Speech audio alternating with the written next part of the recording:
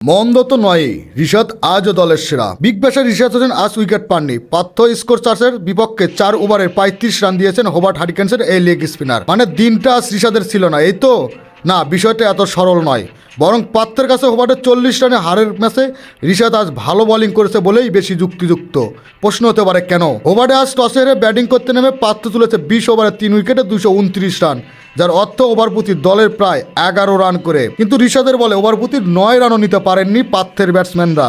তার 4 ওভারের economy 8.75 run. পাত্রের ব্যাটসম্যানরা আজ শুরু থেকে হোবার্টে বলারের উপর চড়া হয়েছেন। পাওয়ার প্লের প্রথম 4 ওভারে দলটি তোলে 46 রান। এই ঝড়ের মধ্যে পঞ্চম ওভারে বল হাতে নেয় রিশাদ দেন 7 রান। পরের ওভারে রিশাদ আরও কৃপণ, দেন 4 রান। রিশাদ নিজের প্রথম 2 ওভারে খরচ 11 রানে আটকে রাখায় পাত্রের রান তোলার গতি কিছুটা আসে।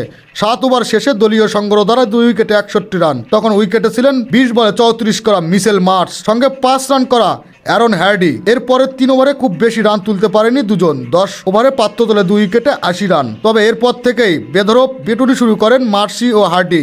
ইনিংসের 12তম ওভারে ক্রিস জর্ডানের ওভারে নেন 26 রান। রিশাদ এই মার্শ হার্ডিনের বিপক্ষে ইনিংসের 13 ও 16তম ওভারে আবারও বোলিংয়ে আসে। এই 2 ওভারে তিনি 12 করে মোট 24 রান দেন। অথচ এর মাঝি হওয়া 14তম ওভারে মিচেল ওয়েন দেন 22 রান। 15তম ওভারে রাইলি মেরেটিট 17। এমনকি রিশাদের 4র্থ ওভারের পর হোবার্ট অধিনায়ক নাথান এলিসও দেন 14 রান।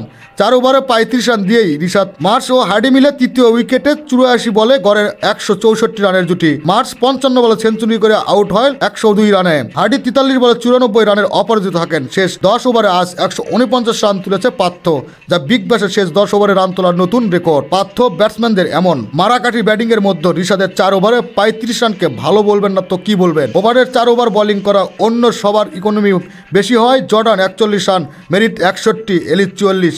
সে কথাই সাক্ষ্য দিচ্ছে তাড়া করতে নেমে রিশাদের দল তুলেছিল 189 রান। রিশাদ 8 বলে 10 রান করেছেন। খেলাধুলার আপডেট নিউজ পেতে চ্যানেলটি সাবস্ক্রাইব করে সাথেই থাকুন।